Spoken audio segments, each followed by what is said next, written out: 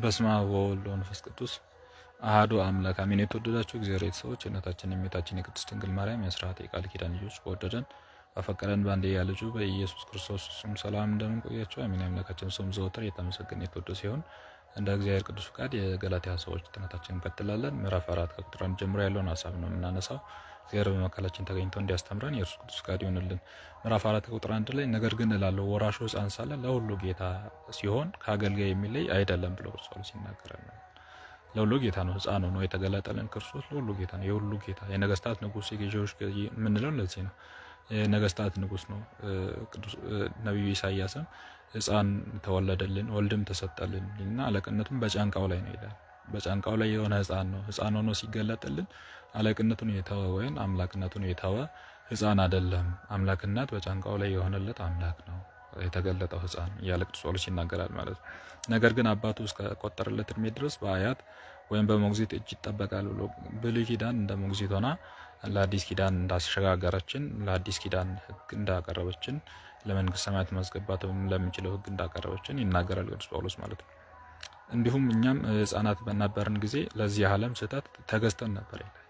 እንግዲህ ሕፃናት የምንሆንባቸው እድሜ ከፍ ስላለ ሕፃን ሰው አይሆንም ማለት አይደለም። ለኃጢአት የተገዛን እድሜ ሁሉ የሕፃንነት እድሜ ነው።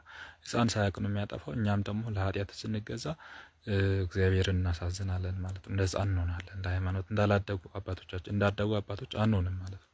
እንዲሁ እኛም ሕፃናት ነበርን ጊዜ ለዚህም ዓለም ስህተት ተገዝተን ነበር። ነገር ግን ቀጥሮ በደረሰ ጊዜ እግዚአብሔር ልጁን ላከ፣ ከሴት ተወለደ፣ የኦሪትንም ሕግ ፈጸመ ይላል። ከሴት ተወለደ ዘመኑ ፍጻሜ በደረሰ ጊዜ ከሴት ተወለደ ያለው ሰው ከሴት ነው የሚወለደው፣ ወንድና ሴት ተገናኝቶ ነው። ድንግል ማርያም ግን ክርስቶስ ግን ከሴት ብቻ ነው የተወለደው። አሁን ከሴት ተወለደ የሚለውን ልዩነት ለምን እንደሰጠ ቅዱስ ጳውሎስ ይህንን እንድንረዳ ነው። ጌታችን የተወለደው ከሴት ብቻ ስለሆነ ከሴት ተወለደ አለ። ከወንድ ዘር እንዳልተወለደ። ከወንድ ዘር ቢሆን ማን ፍጡር ይሆን ነበረ? ዲያብሎስ ተቆራኝቶ ወደ ሲኦል ነፍሱን ያግዝ ነበረ። እርሱ ከሴት ብቻ እንደተወለደ ሲናገር ከሴት ተወለደ። የዘመኑ ጊዜ በደረሰ ጊዜ የቀጠረው ቀጠሮ በደረሰ ጊዜ የሰጠን ተስፋ በደረሰ ጊዜ 5500 ዘመኑ በደረሰ ጊዜ ከሴት ተወለደ ብሎ ቅዱስ ጳውሎስ ይናገራል ማለት ነው። እኛም የልጅነትን ክብር እንድናገኝ በኦሪት የነበሩትንም ይዋጅ ዘንድ ልጆቹ እንደመሆናችን መጠን እግዚአብሔር አባ አባቴ ብለን የምትጠሩ የልጅነትን መንፈስ በልባችሁ አሳደረ። እንኪያስ እናንተ ልጆች ናችሁ እንጂ ባሮች አይደላችሁም። ልጆች ከሆናችሁ በኢየሱስ ክርስቶስ የእግዚአብሔር ወራሾች ናችሁ ብሎ ቅዱስ ጳውሎስ ይናገራል ማለት የተሰጠን ጸጋም የተሰጠን ክብር ምን ያክል እንደሆነ ቅዱስ ጳውሎስ ይናገራል ማለት ነው። ስለዚህ ሁላችንም ስናስብ ስናስተውል ይህንን ማሰብ ማስተዋል ይገባል ማለት ነው። እንግዲህ ክርስቲያኖች እኛ ለኃጢአት ባሪያዎች ስንሆን የተሰጠንን ጸጋ እናጣለን ማለት ነው። እግዚአብሔር የሰጠን ይሄን ያክል ጸጋ ነው። ነገር ግን ቀድሞ እግዚአብሔር ባለማወቃችሁ በባህሪያችሁ አማልክት ላልሆኑ ተገዝታችሁ ነበር። ዛሬ ግን እግዚአብሔርን አወቃችሁት፣ ይልቁንም እርሱ አወቃችሁ። እንደገና ደግሞ ወደ ድካም ወደ ድሃው ወደዚህ ዓለም ጣዖት ተመልሳችሁ ትገዛላችሁን ብሎ ቅዱስ ጳውሎስ ይገስጻል ማለት ነው። ወደ ባርነት ተመልሳችሁ ትገባላችሁ ወይ? ኃጢአት በማድረግ ወደ ባርነት ተመልሰም እንደመጓዝ ነው ዘንድ እንዴት ፍጡራን ትሻላችሁ? እለትንም ወሩንም ጊዜውንም ዓመታትንም ትጠብቃላችሁ። ስለ እናንተ በከንቱ ደክሜ እንደሆን ብዬ እፈራለሁ ብሎ ቅዱስ ጳውሎስ ይናገራል ማለት ነው። እናንተ እንድትድኑ እንድትጸድቁ እንጂ የደከምኩላችሁ ሳስተምር ስወጣ ስገባ የደከምኩበት የሚቀበለው ሰማዕትነት እናንተ እንድትጸድቁ ነው እንጂ ወደ ኋላ ተመልሳችሁ ወደ ኃጢአት እንድትሄዱ አይደለም ብሎ ቅዱስ ጳውሎስ ይናገራል። ወንድሞቻችን ሆይ እኔ ደግሞ ወደ እናንተ ሆኛለሁና እንደኔ ሁኑ ብዬ ይማልዳችኋለሁ ይላል። አንዳች አልበደላችሁኝምና መጀመሪያ ወንጌልን በሰበኩላችሁ ጊዜ ከስጋ ድካም የተነሳ እንደነበር ታውቃላችሁ። መከራ ይቀበል በነበረበት ጊዜ አልሰለቻችሁኝም። እንደ እግዚአብሔር መልአክ እንደ ኢየሱስ ክርስቶስም ተቀብላችሁኝ እንጂ በሰውነቴ አልናቀችሁኝም ብሎ ቅዱስ ጳውሎስ ይናገራል ማለት። አሁን ደስ ማሰኘታችሁ ወዴት አለ? ቢቻላችሁ ዓይኖቻችንን እንኳን ቢሆን አውጥታችሁ ትሰጡኝ ዘንድ ነበረ ብሎ እኛ ለእናንተ በምንከፍለው ዋጋ የምትሰጡን ምንም አይነት ክፍያ አይኖርም። ዓይኖቻችሁን ሰጥታችሁ ቢሆን ኖሮ ይህንን ወንጌል ይህንን ትምህርት ልታገኙ አትችሉም። ግን አንዳች ነገር እግዚአብሔር እኔ ምስክር ነኝ እውነቱን ስለነግራችሁ ባለጋራ ሆናችኋልና እነዚያንም የሚቀኑባቸው ነገር ግን በእነርሱ ላይ እንድትቀኑ ለጉዟችሁ ይወዳሉ እንጂ ለመልካም አይደለም ብሎ ቅዱስ ጳውሎስ ይናገራል ማለት ነው። መቅናት ዘወትርም ለመልካም ስራ ልትቀኑ ይገባል። ነገር ግን እኔ ከእናንተ ዘንድ ባለሁበት ጊዜ ብቻ አይደለም ልጆቼ እንደገና የሚጨነቅላቸው ክርስቶስ በልባችሁ እስኪሳልባችሁ ድረስ ነው ብሎ ቅዱስ ጳውሎስ ይናገራል። የሚያስተምር ሰው ምእመናን ልብ ውስጥ እስኪሳል ድረስ ወንጌልን ለማስተማር መትጋት አለበት። ክርስቶስ በምእመናን ልብ ውስጥ እስኪሳል ድረስ ማለት ነው። ቅዱስ ጳውሎስ ይህንን ያሳየን። ቃሌን ለውጬ አሁን በእናንተ ዘንድ ሊገኝ እሻለሁ፣ ስለ እናንተ የምናገረውን አጣለሁ እና በኦሪት ሕግ እንኖር ትሻላችሁን? ኦሪት አትሰሟትምን? አብርሃም ሁሉን ልጆችን አንዱን ከባሪያይቱ አንዱንም ከመቤቲቱ እንደወለደ ተጽፏልና ይላል። ሁለት ልጆችን የወለደው አንዲቱን ከባሪያይቱ አንዲቱ ጨዋይቱ ተወለደ ብሎ እንግዲህ ጨዋይቱ ባሪያይቱ ያለው የሰውን ዘር እየቆጠረ እየለየ አይደለም። አብርሃም በባህሪዋ ትዕቢት የተገኘባት አጋርን ባሪያይቱ ነው ያለ። ባርነቷን አርስታ በእመቤቲቱ በአብርሃም ሚስት በሳራ ላይ ያላገጠችውን ይቺ ትዕቢተኛ የአብርሃምን ቃል ኪዳን የወርስ ስለመሰላት ስትደነፍቅ ለነበረችው ለሳራ የሚገባ ስም ስለሆነ እንጂ ሰው ከኃጢአት ባርነት ነፃ ከሆነ ማንም የዘር ባሪያ አይደለም። እንድንረዳ እና ተጽፏልና የብሉይ ኪዳን ሳራ ትመሰላለች፣ አጋር ትመሰላለች። አዲስ ኪዳን ደግሞ በሳራ ተመስሎ ይነጣል። ነገር ግን ከባሪያይቱ የተወለደው ልደቱ ልዩ ነው። ከሰው ልማድ ተወለደ፣ ከእመቤት የተወለደው ግን እግዚአብሔር በሰጠው ተስፋ ተወለደ። ይህም የሁለተኛይቱ ኪዳን ምሳሌ ነው ብሎ ሳራንና አጋርን የብሉይና የአዲስ ኪዳን ምሳሌ አድርጎ ከሳራ የተወለደው ይስሐቅ ደግሞ ክርስቶስ ምሳሌ ሆኖ ይናገራል ማለት ተናገረ ቅዱስ ጳውሎስ ማለት ነው። አንዲትም ከደብረ ሲና ለባርነት ተወልዳለች ይላል። የሕግ ሲሰጥ በደብረ ሲና እንደሆነ እርሷም አጋር ናት። አጋርም በአረብ ሁሉ ያገር ያለች ደብረ ሲና ናት። ከዛሬቱ ኢየሩሳሌም ጋር ትነጻጸራለች፣ ከልጆቿ ጋርም ትገዛለች።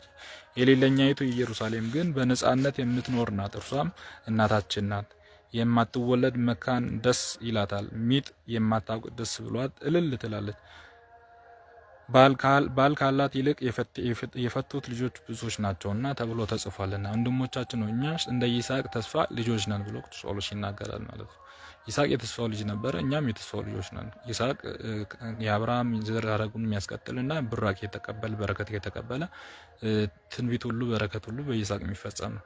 እኛም እንደዚሁ ነን ብሎ ቅዱስ ጳውሎስ ወንድሞቻችን እኛስ እንደ ይስሐቅ ተስፋዬ ልጆች ነን ብሎ ይናገራል። ነገር ግን በስጋ ልማድ የተወለደው በመንፈስ ግብር የተወለድ ነው በዚያ ጊዜ እንዳሳደደው ዛሬ እንዲሁ ነው። ነገር ግን መጽሐፍ ምን ይላል? የባሪያይቱ ልጅ ከእመቤቲቱ ልጅ ጋር አይወርስምና ባሪያይቱን ከልጇ ጋር አውጥተ ስደዳት። ወንድሞቻችን ሆይ አሁንም እኛ የእመቤቲቱ ነን እንጂ የባሪያት ልጆች አይደለምና ክርስቶስ ነጻ አውጥቷቸዋል ብሎ ከኃጢአት ነጻ ክርስቶስ እንዳወጣን ቅዱስ ጳውሎስ ይናገራል ማለት። ቀጥሎ በእምነት ስለመጽደቅ ምዕራፍ 5 ላይ ይናገራል። እንግዲህ ጸንታችሁ ቆሙ ይላል። መጽናት ይገባል፣ መቆም ይገባል። ሰው ወደዚህ የሚወላወል ከሆነ ክርስትናው ሊጸድቅ አይችልም። ጸንታችሁ መቆም ይገባል። ሰው ጸንቶ መቆም መቻል አለበት። እንደገናም ባርነት ቀንበር አትኑሩ።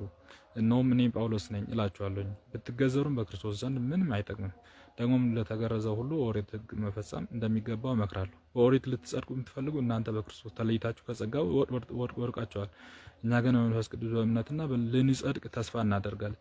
በጌታችን በኢየሱስ ክርስቶስ ዘንድ በፍቅር የምሰራው እምነት እንጂ መገረዝም አለመገረዝም አይጠቅምም።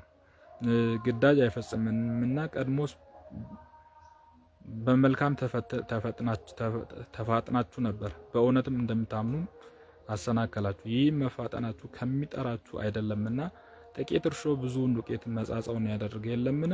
እኔ ሌላ እንዳታስቡ በጌታችን በኢየሱስ ክርስቶስ አምናችሁ ነበር። የሚያውካችሁ ግን የሆነውን ቢሆን ፍዳውን ይሸከማል። ወንድሞቼ ሆይ እኔ ግርዘትን ገና የሚሰብክ ከሆነ እንግዲህ ለምን ያሳድዱኛል? እንግዲያስ የክርስቶስ የመስቀሉ ተግዳሮቶች እንዲያውቁ ቀርተዋልና የሚያውኩት አሏቸው፣ ሊለዩ ይገባል ብሎ ቅዱስ ጳውሎስ የሚያውኩትን ይለዩ።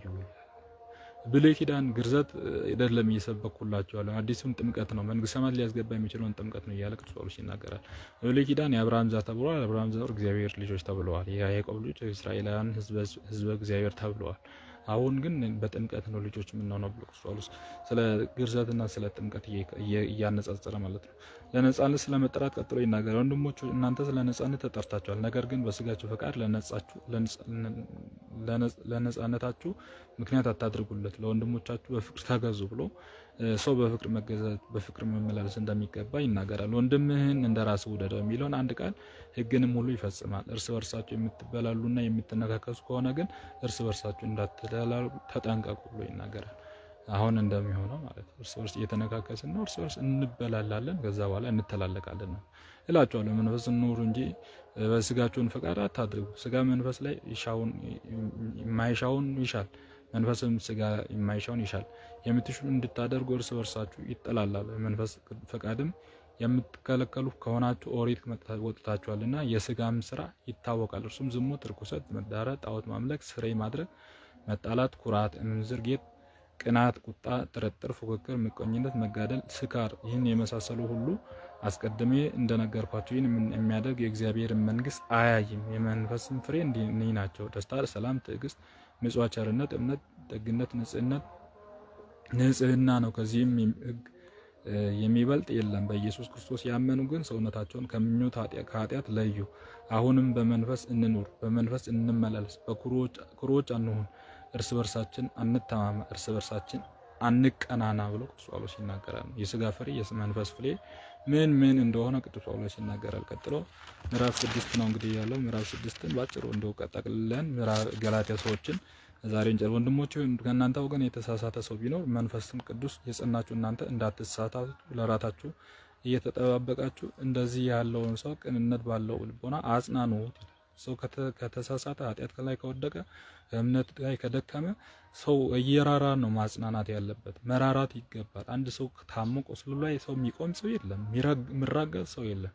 ሰው ኃጢአት ላይ የሚቆም ማለት ቁስል ላይ እንደመቆም ነው። ስለዚህ በኃጢአት የወደቀውን የደከመውን እየራሩ ማጽናናት ማረጋጋት ይገባል፣ ማጽናት ይገባል ማለት ነው። በዚህም የክርስቶስ ሕግ ትፈጽማላችሁ። አንዱ ምንም ሳይሆን ምንም የሆነ ቢመስለው ራሱን ይታለላልና ሌላው ያይደለ በራሱ ላይ መመኪያ እንዳይሆን ሁሉም ስራውን ይመርምር በሁሉም ሸክም ይሸከማልና። ይህንንም ነገር ንጹሐን ክርስቲያኖች ይስማው፣ መልካሙንም ነገር ሁሉ የሚያስተውለው ይማር። አያስታችሁ፣ በእግዚአብሔር የሚዘብቱ አይኑሩ። ሰውም የሚዘራውን ያጭዳል። በስጋ የሚዘራ ሞትን ያጭዳል፣ በመንፈስ የሚዘራ ግን የዘላለምን ሕይወትን ያጭዳል። በጎ ስራ መስራት ቸል አንበል፣ በጊዜውም እናገኘዋልና። እንግዲህ ጊዜ ሳለን ለሁሉ መልካም ስራ እናድርግ፣ ይልቁንም ለሃይማኖት ሰዎች ብሎ ቅዱስ ጳውሎስ ይናገራል። ጊዜ ሳለን ማለት ህይወታችን በህይወት እያለን በዚህ ምድር በህይወት እያለን መልካሙን ቶሎ እናድርግ፣ በጊዜ እናድርግ፣ መልካሙን እናድርግ ብሎ ቅዱስ ጳውሎስ ይናገራል። ቀጥሎ ምክርና ቡራኬ ይናገርና ይጨርሳል። በእጄ እንደጻፉላችሁ እዩ፣ ለሰው ፊትም ላይደለ የሚወዱ እነዚያ እንድትገዘሩ ያስገድዷቸዋል። ነገር ግን የክርስቶስ መስቀል እንድትከተሉ ነው። የተገረዙም ቢሆን በሰውነታቸው እንደምትመኩ ልትገረዙ ይወዳል እንጂ ኦሪትን አልጠበቁም። እኔ ግን በጌታችን በኢየሱስ ክርስቶስ መስቀል እንጂ በሌላ አልመካም። በእኔ ዘንድ ዓለም ሞተ ነው፣ እኔም በዓለሙ ዘንድ የሞትኩ ነኝ። በኢየሱስ ክርስቶስ ዘንድ አዲስ ፍጥረት መሆን እንጂ መገረዝም አይጠቅምም፣ አለመገረዝም ግዳጅ አይፈጽምም። ይህን ሕግ ለሚፈጽሙ ሰዎች ሰላምና ይቅርታ ይሁን፣ የእግዚአብሔር ወገኖች በሆኑ በእስራኤል ላይም ይሁን ብሎ ቅዱስ ጳውሎስ ይናገራል። እንግዲህ ወዲስ የሚያደክመኝ አይኖር፣ እኔ የኢየሱስ ክርስቶስ መከራ በስጋ እሸከማለሁ። ወንድሞች ሆይ የጌታችን የኢየሱስ ክርስቶስን ጸጋ ከእናንተ ጋር ይሁን፣ አሜን። በሮም የተጻፈ ቲቶ እጅ ወደ ገላትያ ሰዎች የተላከችው መልእክት ተፈጸመች። ለእግዚአብሔር ምስጋና ይሁን። እንግዲህ ቅዱስ ጳውሎስ ይህንን የኢየሱስ ክርስቶስ ዘንድ አዲስ ፍጥረት መሆን እንጂ መገረዝም አለመገረዝም አይጠቅምም ብሎ ቅዱስ ጳውሎስ ይናገራል። ማለት ሕግ መፈጸም እንጂ በተገረዘ አይደለም መንግስተ ሰማያት መግባት የሚቻለው ብሎ ቅዱስ ጳውሎስ ይናገራል ማለት ነው። ስለዚህ በዚህ መልኩ እኔ የጌታችን በኢየሱስ ክርስቶስ መስቀል እንጂ በሌላ አልመካም ብሎ መመኪያችን መከራ መቀበል መሆን እንደሚገባ እንጂ ታላቅ ደስታ ምቾትን አይደለም መመኪያ ልናደርግ የምንችለው። እዚህ ምድር ታላቅ ደስታ ያገኘ ሰው በዘላለም ደግሞ መከራ ይቀበላል ማለት ነው። ለዚህ ምድር ተላ የሮጠ ሰው ለዘላለሙ ሲኦል የሮጠ እንደሆነ መረዳት መቻል አለብን። እዚህ ምድር ላይ ባለን እድሜ መከራ ተቀብለን ለዘላለም እሳት ከእግዚአብሔር ጋር እንድንከብር በቸርነት ይርዳን። የገላትያ መልእክት ምዕራፍ 6 መጨረሻው ይሄ ነው። ቀጣይ እግዚአብሔር ይፈቅድ የኤፌሶን ሰዎች ጥናታችንን ሌላ ጊዜ እናደርጋለን። ወስብሐት ለእግዚአብሔር። ይቆያል።